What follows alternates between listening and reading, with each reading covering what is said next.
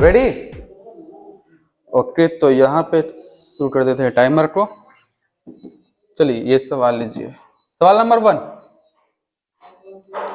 अरे सवाल ठीक है, यहाँ पे पहला सवाल है ये आपके लिए।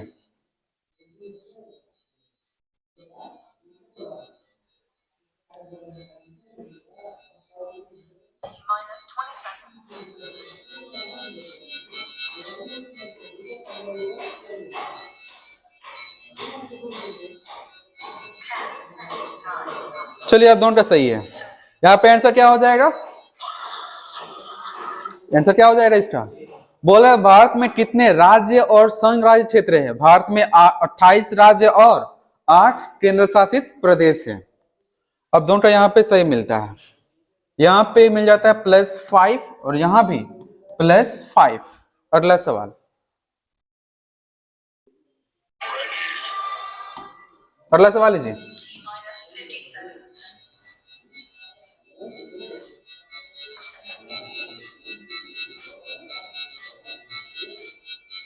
-40 seconds.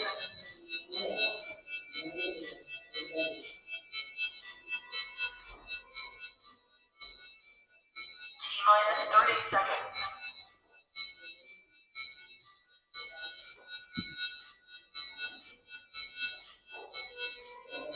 -20 seconds. 10, 9, 8, 7, 6,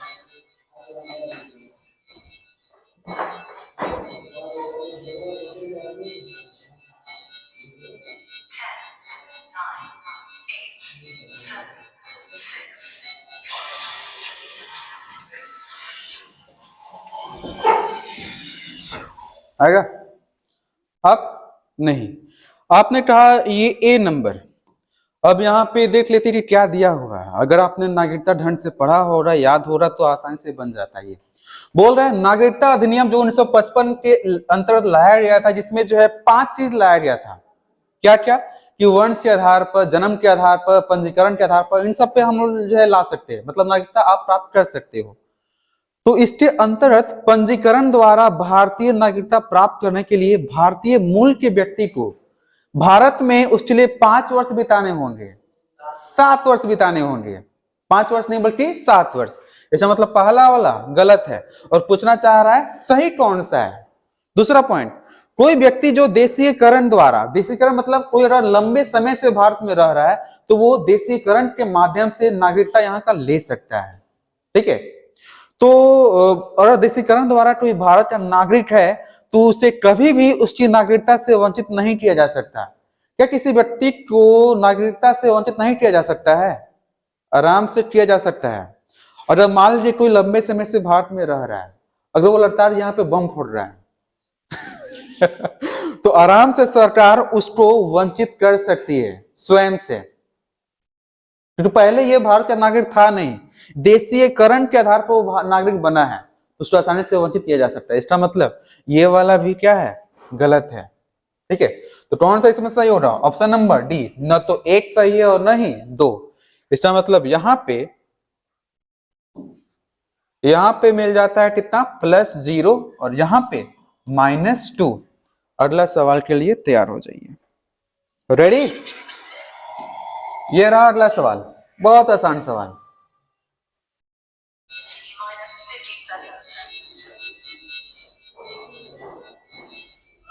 दोनों का आंसर आ जाएगा तो हम उसी समय स्टॉप कर देंगे इसको।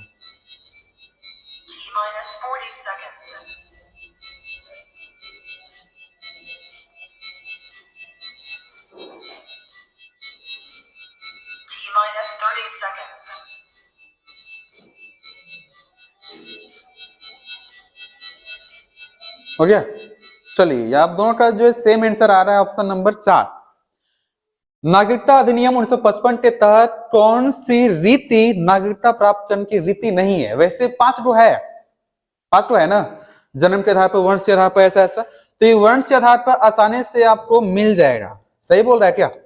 पहला तो आसानी से आपको ये नागरिकता दे देगा। पंजीकरण के आधार पर होता है क्या?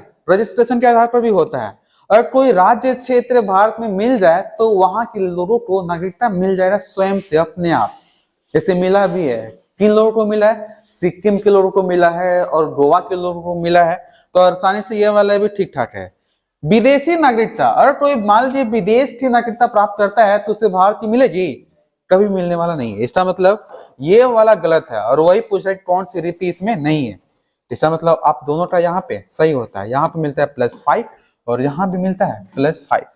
चलिए अगले क्वेश्चन की तरफ बढ़ते हैं। लगभग 42 क्वेश्चन के आसपास है और इतना पूरा पूरा कॉन्सेप्ट पांचों भाग का क्लियर हो जाएगा। अगला सवाल ये रहा आपके लिए।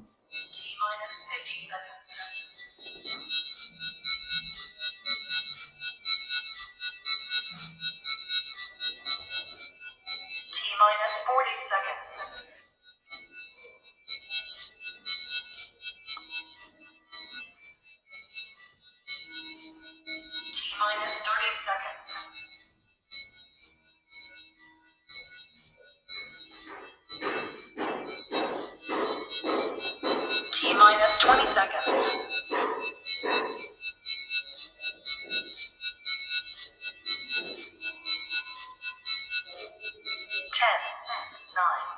जीरो के बाद आंसर नहीं माना जाएगा।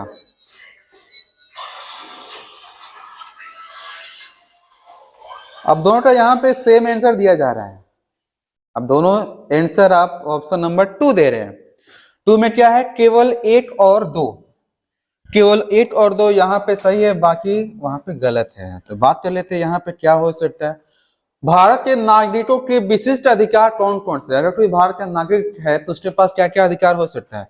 क्या वो भारत में निर्वाचन में मताधिकार का प्रयोग कर सकता है? भारत का नागरिक है, क्या वो वोटिंग कर सकता है? आराम से उसका अधिकार है। क्या वो राष्ट्रपति के रूप में निर्वाचित हो सकता है? आराम से हो सकता है। भारत के नागरिक तो बन जाएंगे ना, ये कोई भी विदेशी नागरिक राष्ट्रपति यहाँ का नहीं बन सकता है, भारत के नागरिक ही बनेगा, ये भी सही है। सार्वजनिक रोजगार, मतलब कोई रोजगार का कोई कार्यक्रम चल रहा है, चाहे कोई फॉर्म वगैरह आया है, तो क्या यहाँ पे पूरी तरह से समानता है या फिर भेदभाव है? तो इस जाति के लोग इसमें फॉर्म नहीं भरेंगे, क्या कोई ऐसा बोलता है? क्या इस धर्म के लोग फॉर्म नहीं भरेंगे? क्या कोई इसमें कहीं पे आता है? ऐसा कहीं भी नहीं आता है। तो सार्वजनिक रोजगार वाला जो भी मामला हो उसमें पूरी तरह से समानता होगा। तो क्या ये भी भारत के नागरिकों को पूर्णतः अधिकार है या फिर नहीं है? ये वाला भी है। इसका मतलब यहाँ पे तीनों सही है, ऑप्शन नंबर डी। क्लियर है सब? सार्वजनिक रोजगार, एम्प्लॉयमेंट सार्वजनिक है। सार्वजनिक का मतलब क्या होता है? जो सबके लिए है। अगर कोई मान लीजिए खास समुदाय है, जैसे मान लीजिए कि कोई ये चर्च है, तो चर्च में हिंदी वाला तो वहां पे शामिल नहीं किया जा सकता। राष्ट्रपति के रूप में निर्वाचित होना, मतलब राष्ट्रपति एक बैच से मतलब मर गए या कुछ भी हो गया, हाँ। तो किसी भी आम आदमी को उठा के बैठा है। ना ना ना, ये रूप से मतलब ये नहीं कि मतलब वोटिंग के मामले से बने। तो राष्ट्रपति के रूप में निर्वाचित होना कोई भी हो सकता है। अगर आप 35 साल के ऊपर चले जाएंगे ना तो आप आसानी से बन सकते हो, बशर्ते है वो लोकसभा राज्यसभा का सपोर्ट होना चाहिए।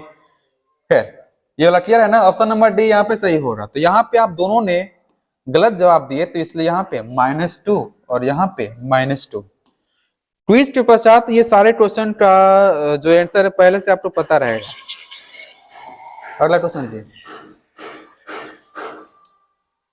किसके माध्यम से भारत की नागरिकता नहीं प्राप्त की जा सकती?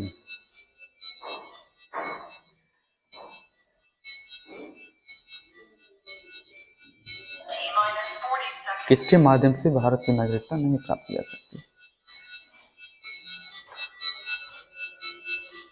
पता चल गया तो आंसर दे सकते हैं।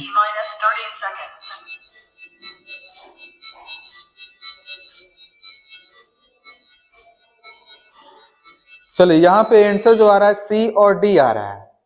तो सी और डी में से कौन किनका सही होगा बात कर लेते हैं। यहाँ पर बोल रहा है भारतीय नागरिकता नहीं प्राप्त की जा सकती है। जन्म से तो प्राप्त होता है क्या? आराम से। देशीकरण के द्वारा भी होता है। अगर किसी भूभाग की समाविष्टि हो जाती है, अगर हम अपने देश में कोई भूभाग मिल जाए तो वहां पे नागरिकता मिलता है क्या उन लोगों को? आराम से मिलता है। अगर भारतीय बैंक में कोई धन जमा कर दे, 5-10 रुपए डाल दे, तो क्या वहां से उसको नागरिकता मिल जाएगा? नहीं मिलेगा। तो बैंक में पैसा जमा करने के आधार पर नागरिकता नहीं मिलता है। ठीक है, तो पांचों में से आपको पांचों के पांचों कंफर्म यहाँ पे लाइन बाय लाइन दिखना चाहिए। जन्म से, वंश के आधार पर, पंजीकरण के आधार पर, देशीकरण के आधार पर, किसी राज्य क्षेत्र के मिल जाने के कारण पांचों साफ साफ नजर। ठीक है, तो यहाँ पे एक तरफ का इधर का होता है +5 और इधर होता है -2, और इस क्विज में जो विजेता होंगे उनको प्राइज भी मिलेगा। चलिए अगले सवाल की तरफ बढ़ा जाए। रेडी? चलिए अगला सवाल लीजिए। बहुत दमदार क्वेश्चन ये। क्या दमदार है? ऐसा क्वेश्चन हमारे लिए आता तो क्या बात होती।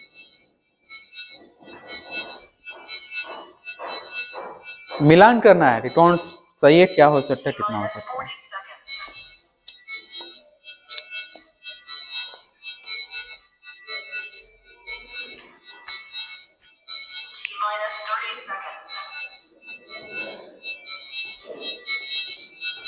चलिए उधर आंसर आ गया, नहीं आएगा?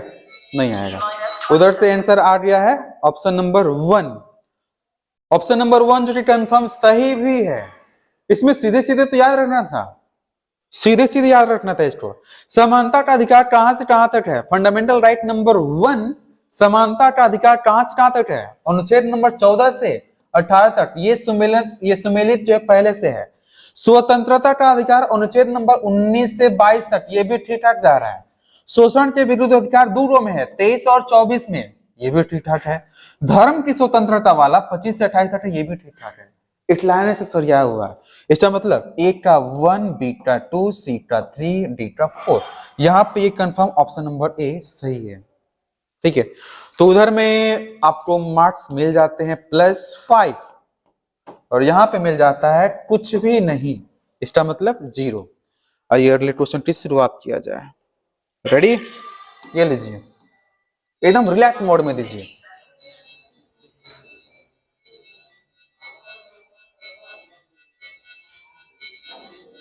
संविधान लागू होने के समय कौन कौन से अधिकार मूल अधिकार में शामिल थे?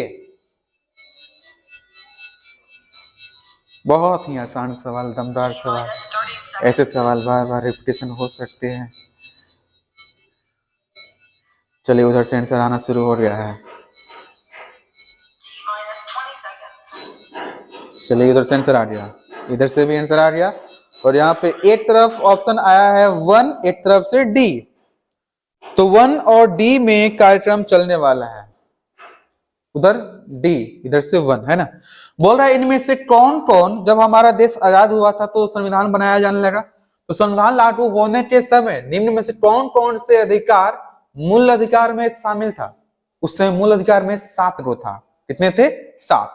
कौन कौन था? समानता का अधिकार था, स्वतंत्रता का भी अधिकार था, शोषण के विरुद्ध अधिकार था, धार्मिक स्वतंत्रता का भी अधिकार है, सांस्कृतिक एवं शैक्षणिक अधिकार भी है, संवैधानिक उपचार का भी अधिकार है, संपत्ति का अधिकार भी है। इसका मतलब ये सब के सब सातों के सातों मूल अधिकार में शुरुआत में जब लागू हुआ था तो था। इसका मतलब ऑप्शन नंबर डी सही है। 1 2 3 4 ये क्या चल रहा है मतलब? 1 2 3 ए नंबर आप बोले हो? डी बोल रहे हैं आप? क्या बोल रहे हो? डी बोलते? अरे इधर वाला 1 हम देख लिया, डी छुप गया। ओके ठीक है, तो यही वाला सही है ना? चलिए ठीक है। तो आप पे ऐसे सरिया के आपको दिखाना है, सरिया के ऐसे साफ साफ ऐसे यहाँ पे, ये ऐसे ऐसे इस फॉर्मेट में नहीं, टोन अप ले लीजिए। ठीक है, आपका जो भी 4 रो है, ये 4 रो पहचाने में कोई दिक्कत वाली बात नहीं है। जैसे जैसे भी आपका ये मतलब 3 वाला सही है तो आराम से ऐसे कर दिखा दीजिए। हाँ बस ठीक है। चलिए यहाँ पे आप दोनों को दे देते हैं। यहाँ पे मिल जाता है +5 और यहाँ पे भी +5। मौलिक अधिकार है, सातों के सातों याद होना चाहिए, चाहे वो खत्म ही क्यों ना हो गया हो। चलिए अगला क्वेश्चन की तरफ बढ़ते हैं हम लोग। अगला क्वेश्चन लीजिए, ये लीजिए। अनुच्छेद 14 से 18 के उपबंधों के अधीन समता के अधिकार से संबंधित इन चारों में से कौन कौन है? समानता का अधिकार में कौन कौन इसमें से शामिल है?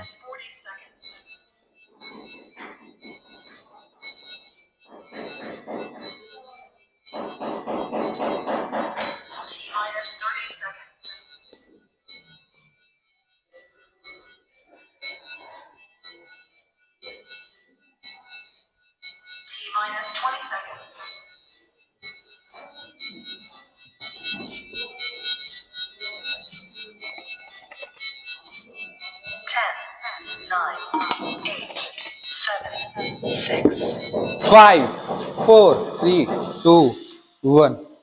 ओके, इधर से 1, इधर से 4 नंबर आया है। 1 और 4 नंबर बात कर लेते हैं। यहाँ पर 1 और 4 वाला में क्या क्या है। इसने ये कहा, किसने कहा 4। बोल रहा है कि समानता का अधिकार जो 14 से 18 तक है, इनमें से कौन कौन शामिल है। धर्म, मूल, वंश, जाति, लिंग, जन्म स्थान के आधार पर कोई भी भेदभाव नहीं कर सकता। ये अनुच्छेद नंबर 15 में है क्या? जी हाँ, सामाजिक समानता बनाए रखना है, ये अनुच्छेद नंबर 15 में है। लोक नियोजन के विषय में अवसर की समता, ये अनुच्छेद नंबर 16 में है। अल्पसंख्यकों को शिक्षा और संस्कृति संबंधी अधिकार, ये अनुच्छेद नंबर 30 में है। रेंज से बाहर हो गया 30 वाला। अस्पृश्यता का अंत यानी कि छुआछूत ये प्रतिषेध, ये आ गया अनुच्छेद नंबर 17। तो 14 से 18 के उपबंधों के अंदर में कौन कौन आता है? पहला आता है, दूसरा आता है और चौथा आता है। पहला, दूसरा, चौथा। पहला, दूसरा, चौथा कहां पे है? सी में। और आप दोनों ने यहां पे दिया, किसी ने ए दिया है तो किसी ने डी दिया है। और ये सब 14, 15, 16, 17, ये 18 में ये साफ साफ लफ्ज में लिखा है। ठीक है, ये पूरी तरह से एक तरह से समझिए कि ये रिवीजन ही हो रहा है पूरा का पूरा सेक्शन।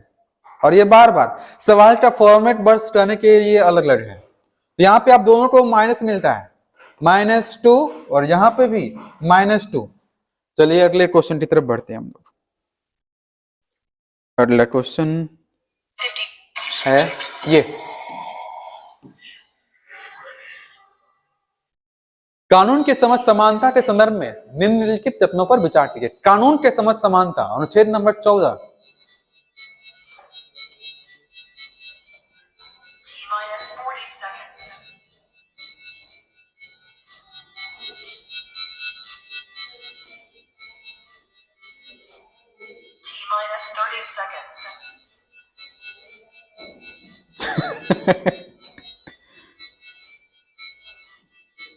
चलिए उधर से आ गया, अब बोल। हाँ देख लिए, इधर से भी दोनों आप दोनों का सेम सेम आया। सी वाला सच में सही है क्या? बोल रहा है कानून की समझ समानता, विधि की समझ समानता जो अनुच्छेद नंबर किसमें है? 14 में है। तो उसके अनुसार जो है क्या प्रत्येक नागरिकों को कानून के समझ समान माना जाता है क्या? चाहे वो प्रधानमंत्री हो या फिर मजदूर हो, चाहे किसी भी धर्म या जाति का हो या किसी समुदाय का हो, वो कानून की समझ क्या है? समान है। लेकिन कुछ लोग इसमें एक्सेप्शन है जो कि आपको बताया गया है। और क्यों एक्सेप्शन है ये भी आपको सिखाया गया है। राष्ट्रपति, राज्यपाल, उसके बाद जो राजदूत के रूप में आता है वो एम्बेसडर के फॉर्मेट में या हाई कमिश्नर के फॉर्मेट में। तो यहाँ पे हमारे पास ये पहला तो कंफर्म सही है। प्रत्येक नागरिक को न्यायालय के द्वारा निष्पक्ष मतलब होता है क्या? जो रियल में सही हो उसी के अनुसार जवाब देना। ओके, ये कि अगला पीएम है तो वहां पे थोड़ा सा छोड़ देंगे, भाई देश की सेवा की है, पीएम है, थोड़ा सा छूट तो मिलना चाहिए ना। तो ऐसा नहीं है, आप हर एक को निष्पक्ष के साथ जो सुनवाई किया जाएगा, इसका मतलब ये वाला भी सही है। ठीक है, और मौलिक अधिकार के पहले नंबर में इसको रखा गया है। मौलिक अधिकार 7 में से पहला वाला में के पहला में रखा गया इसको, अनुच्छेद नंबर 14 में। तो यहाँ पे दोनों सही है ना। सी आप दोनों ने जवाब दिया था, इसका मतलब यहाँ पे आपको मिल जाता है +5 और इधर भी मिल जाता है +5। चलिए अगला सवाल।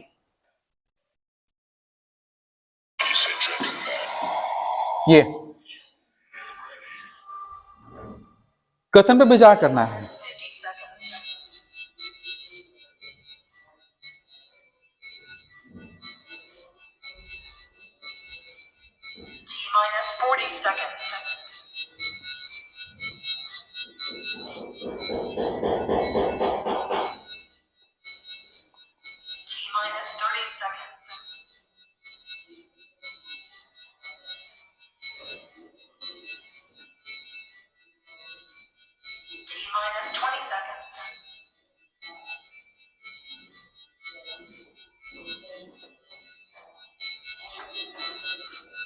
आप दोनों ने सेम जवाब दिया है, सी ऑप्शन। ठीक है, सी ऑप्शन यानी कि यहाँ पर तीसरा। अब तीसरा सच में सही है या नहीं, यहाँ पर देख लेते हैं। 1 और 2 दोनों में कुछ भेदभाव भी है क्या, यहाँ पे देख लेते हैं। बोल रहा है राज्य मतलब सरकार, यानी कि राज्य जो बिहार। राज्य मतलब सरकार में कौन कौन लोग आते हैं? वो सभी लोग जो सरकार से पेमेंट लेकर काम कर रहे हैं। राज्य किसी नागरिक को सार्वजनिक स्नान घाटों के प्रयोग से रोक नहीं सकता। क्या सही है गलत है? सही है गलत है? एक ऐसा इंसान जिसको हुआ है कोरोना, पूरे भारत भर में एक ही इंसान को हुआ है, अगर वो चाहता है कि सार्वजनिक घाट पे जो है स्नान करें, क्या उसे करने दिया जाएगा? क्या उसे करने दिया जाएगा? नहीं करने दिया जाएगा। तो यहाँ पे हमारे पास ये सही नहीं है, बल्कि ये रोक, ये गलत है। सार्वजनिक हित में उसको मना कर सकती है राज्य। नहीं है ना, वही यहाँ पे बात है ना पर कि राज्य किसी नागरिक को, चाहे कोई भी हो, कुछ भी हुआ उसे, क्या उसे रोका नहीं जा सकता? तो रोका जा सकता है स्पेशल केस में। तो वही तो विचार करना है इसमें, ठीक है। राज्य उसे रोक सकती है, ये नहीं कि चाहे कुछ भी हुआ, चाहे दुनिया इधर से उधर क्या है ना हो जाए, उसका मौलिक अधिकार है, वो नहा सकता है तो नहाने दी जाए, ऐसा नहीं है। अगर उसकी वजह से किसी और के मूल अधिकार पे हनन हो रहा हो, ध्यान दीजिए यहाँ पर, किसी एक इंसान से अगला के मूल अधिकार में हनन हो रहा, तो वहां पे राज्य विघटन रोक सकता है। क्लियर है ऐसा? अगर ये सार्वजनिक नहीं होता, अपने कल पे नहा रहा है तो कोई दिक्कत वाली बात नहीं होता। ये सार्वजनिक है और कहीं पे सार्वजनिक का ठप्पा लगता है, इसका मतलब वहां पे कोई और लोग भी आते होंगे, ठीक है। तो सरकार का ये भी दायित्व है कि ये नहीं कि केवल अधिकार वहां पे उसको दे दिया जाए, उसका ये भी दायित्व है कि यहाँ के लोगों की रक्षा भी किया जाए, सुरक्षा भी तो देना है ना। पर जानबूझकर किसी को भी ऐसा नहीं किया जा सकता। जरूरी था तभी ना यहाँ पे लॉकडाउन लाया गया था। कैसे ही लॉकडाउन करने का मतलब प्राइवेसी लाना, मतलब सभी को घर के अंदर में बंद रखना। एक ये रोड जो होता है, मंदिर होता है, मस्जिद होता है, ये सब सार्वजनिक जगह है, वहां पे कई सारे लोग आते हैं, ठीक है। तो पहला वाला क्या है? गलत है। ये राज्य विशेष स्थिति में रोक सकती है। अगला अनुच्छेद 15, राज्य को सामाजिक और शैक्षणिक रूप से, राज्य सामाजिक और शैक्षणिक रूप से कमजोर वर्गों के नागरिकों के लिए कोई विशेष प्रावधान करने से नहीं रोक सकता। ध्यान दीजिए यहाँ पर, सामाजिक मतलब समाज की भलाई हो, शैक्षिक मतलब एजुकेशन वाला मामला। एजुकेशन बढ़िया होता है या खराब होता है? क्या किसी के लिए एजुकेशन खराब कभी साबित हुआ है? उससे वो पढ़ा लिखा है और उससे पढ़ाई लिखाई से जो है वो बर्बाद हो गया है, ऐसा हुआ है कभी? नहीं, जाली अगर पढ़ा हो रहा तो हो सकता है, जाली अगर पढ़ाई किया हो रहा, जैसे मान लीजिए 2+2 कितना होता है? 2+2 कितना होता है? 4।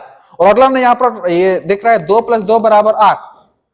अगर ऐसा पढ़ाई पढ़ा है तो वहां पे तो फॉल्टनेस है ना, ठीक है।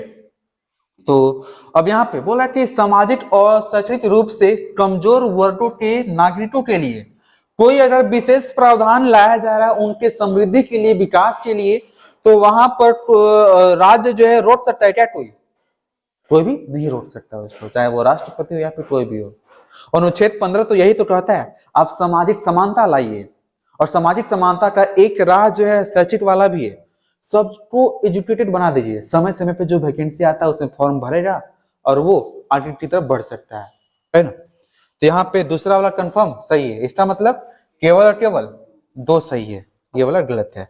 अब दोनों ने यहाँ पे दिया था आंसर कौन सा? सी। तो अब दोनों क्या होता है? -2, और यहाँ भी हो जाता है -2।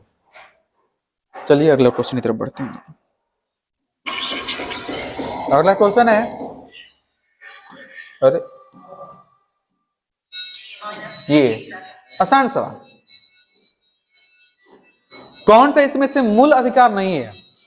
6 वर्तमान में है, 6 में से इनमें कौन सा नहीं है?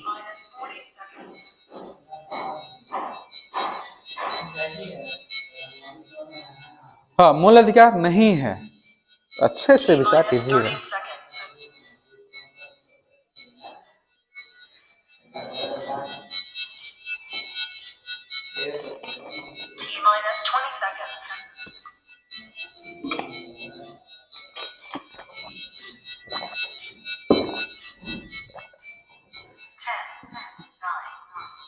चलिए सी आ रहा है दोनों लोगों का। सी सही है क्या? भारत के संविधान के तहत मूल अधिकार यानी कि मौलिक अधिकार, फंडामेंटल राइट कौन नहीं है? समानता का अधिकार है क्या मूल अधिकार में? पहला नंबर तो यही है। स्वतंत्रता का अधिकार ये दूसरा नंबर है। नागरिकता का अधिकार भी है क्या? नागरिकता का अधिकार मूल अधिकार नहीं है, ये मूल अधिकार नहीं है, तो ये वाला नहीं है, नागरिकों के लिए है। और नागरिकता के जो प्रावधान है वो भाग नंबर 2 में लिखा हुआ है कि कौन ले सकता है, कौन जा सकता है, आ सकता है, ये सारा मामला उसमें है। तो नागरिकता का अधिकार जो है ये मूल अधिकार नहीं है। शोषण के विरुद्ध अधिकार है क्या? फंडामेंटल राइट नंबर 3 में है, 23 और 24 अनुच्छेद नंबर में। तो यहाँ पे सी वाला सही है, कोई दिक्कत है इसमें? नहीं ना? यहाँ पे आप दोनों मिलता है +5 और यहाँ भी +5।